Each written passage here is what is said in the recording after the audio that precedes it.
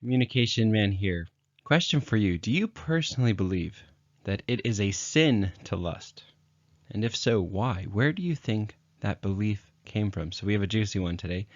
This is going to be a really interesting one. And I was thinking about it. How do bad translations affect billions of people?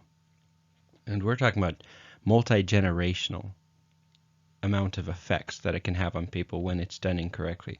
So we're going to talk about how, if you think about today, everything that is created, if it's an audiobook, or if it's a written book, digital book, whatever it is, it can be translated to a lot of different languages. And whoever translates it has a lot of power, right? Why? Because they're going to change the words to match whatever the culture is. So sometimes when you translate, especially something from English to Japanese or different languages like Mandarin, sometimes they don't have the same words. Literally, there's no equivalent to just copy and paste. And so it's up to the person translating it to put their spin on it and to try to make it as accurate as possible.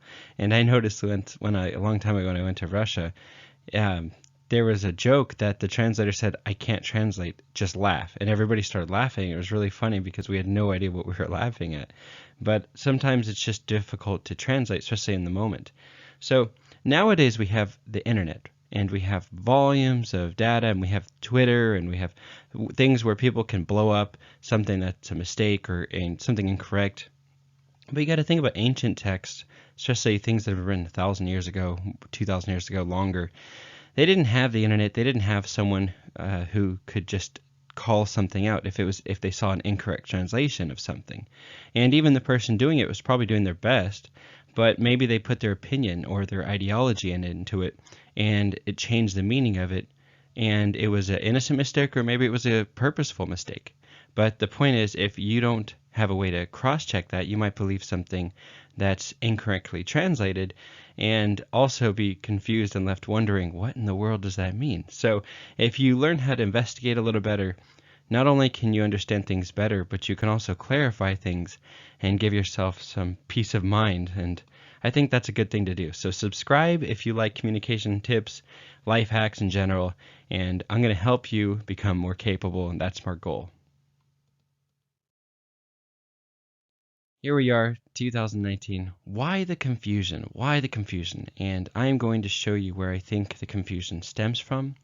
And it's only been in the last couple hundred years, actually. So let's look at the verse that I think has created a lot of issues unnecessarily because of an incorrect translation. So modern translations right now say in Matthew 5:28, it says, "You have been told not to commit adultery. But I tell you that anyone who looks at a woman lustfully has already committed adultery with her in his heart."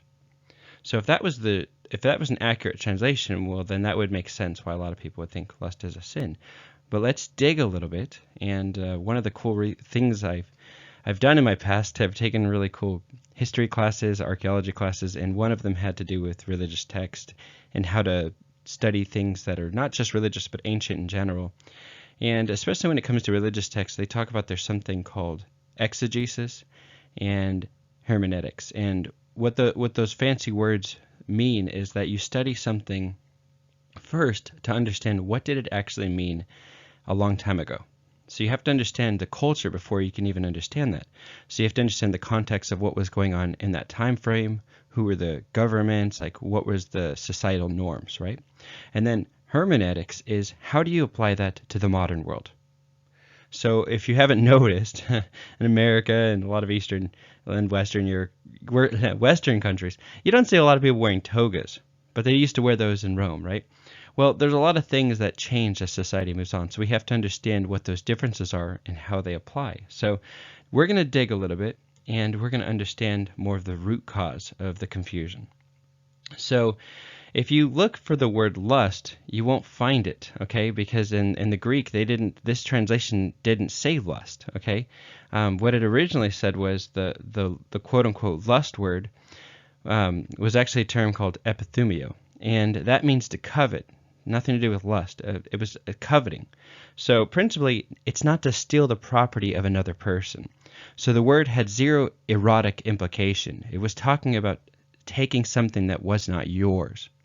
And there's another problem with this is the word woman that was used in that verse was incorrectly translated as well. Gun, how they used it in Greek, meant wife, not the entire female race. So if you clarify that and you have a more accurate translation, you actually understand more of what was being said. So a more accurate restored translation is this: you have been told not to commit adultery, but I tell you that any man who looks at another man's wife, wishing to steal her away from her husband to covet, has already committed adultery with her in his heart. Why? Because he would do it if he believed he could get away with it. So it wasn't talking about imagining someone nude or no clothes or how beautiful they are or erotic. It wasn't talking about that. It was talking about adultery, taking something that wasn't yours through coveting. And the idea is better translated, if you understand it, as in modern time, a relational thief. Okay, so Jesus was talking about home wreckers.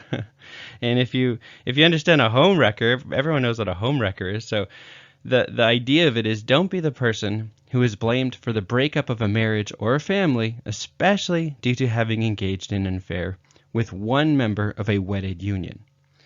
So the point of that is, don't be a homewrecker. Don't destroy marriages. And don't be the guy that's pulling a woman away from a family that everything's intact. Maybe it's not perfect, but don't ruin something that is already cohesive.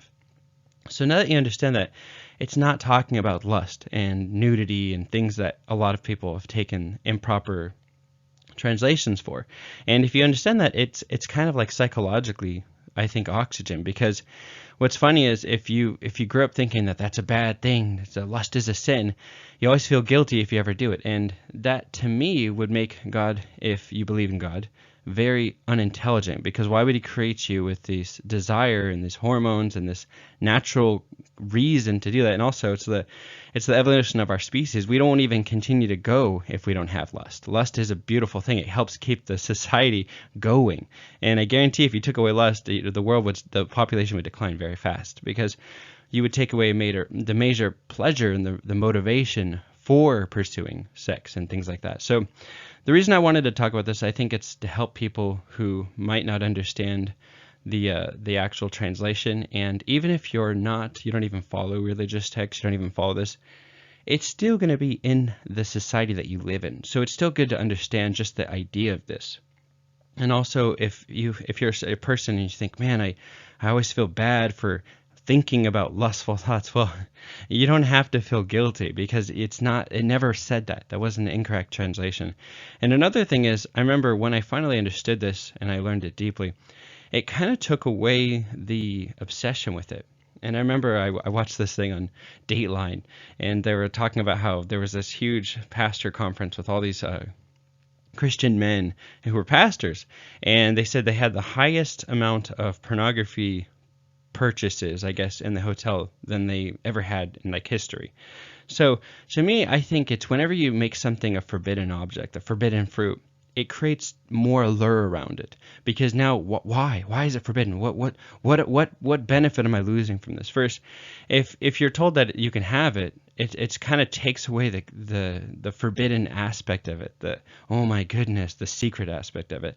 And so it's kind of more of a personal thing for you, whether or not you like to do that. But if you take away that, I think it'll show that God's more intelligent if you believe in God, and that he's not, or she is not stupid enough to create you with this desire. And then it's like saying, every time you thirst after water, you're sinning, so don't think about water. It's just it's so dumb. It wouldn't make any sense for a creator to create a creature a certain way and then say that they're sinning all the time for the program that was instilled in them. So anyway, I thought this was interesting, and now that you have a more accurate translation, remember, it's about coveting. It's about stealing someone from another person, and that was the focus of that. So, and even if you go, epithumio was to covet.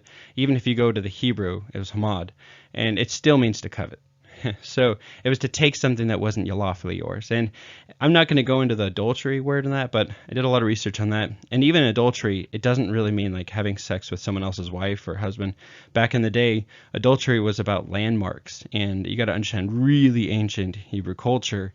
And the idea of adultery was stealing someone's property. And if you took someone's land, when the guy was out on, say he was selling blankets or something in a town that was 30 days away or 2 years away, because sometimes they'd have these crazy long journeys. And the adultery was about stealing property. It was like taking this guy's land and also getting his wife, because she was, back then it was unfortunate, but women didn't have the same rights. They weren't viewed as equal to men. So you had to understand the context, and that's why I talked about exegesis and hermeneutics, because if you don't understand what was going on back then, you can't accurately understand how to apply it today. So I hope this helps you. If you imagine someone naked or, see them, you're not sinning. That's not a sin. So don't be, don't go crazy with it and lose your mind. But I hope this helps you understand that the quote unquote lust word was actually covet, and it was talking about stealing someone away from their family and ruining families.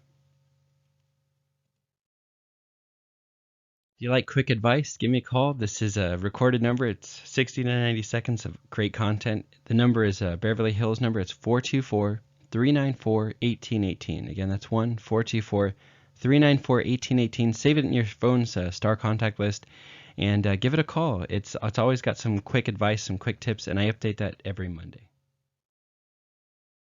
I end every video with a conversation starter because I believe cool questions lead to better conversations. So, conversation starter question for you. If you could have all the powers from one superhero, you get to pick one, who would you pick and why? So, you leave a comment below. I'd like to know what superhero you would like to have their powers from. For me, I think it'd be Superman. I love the fact that Superman can fly, can see through things. That's amazing. Kind of a funny caveat with our topic, but just the fact that you could have, not only could fly, we have superpower, superhuman strength, basically pretty much everything I think you'd want to be as a superhuman. So that would be wonderful. Question for you is, who would you be? Who would you pick? So leave a comment below and memorize this question. If you could have all the powers from one superhero, who would you pick and why? You can ask your friends. An important update, every Wednesday, I am going to be uploading a new video. So that's my commitment to you. So every Wednesday, look out for the notification, and we'll get a new video out there for you. And I hope you like it. Subscribe and comment below what superhero you'd pick, and I hope you have a great day. Love you. Bye.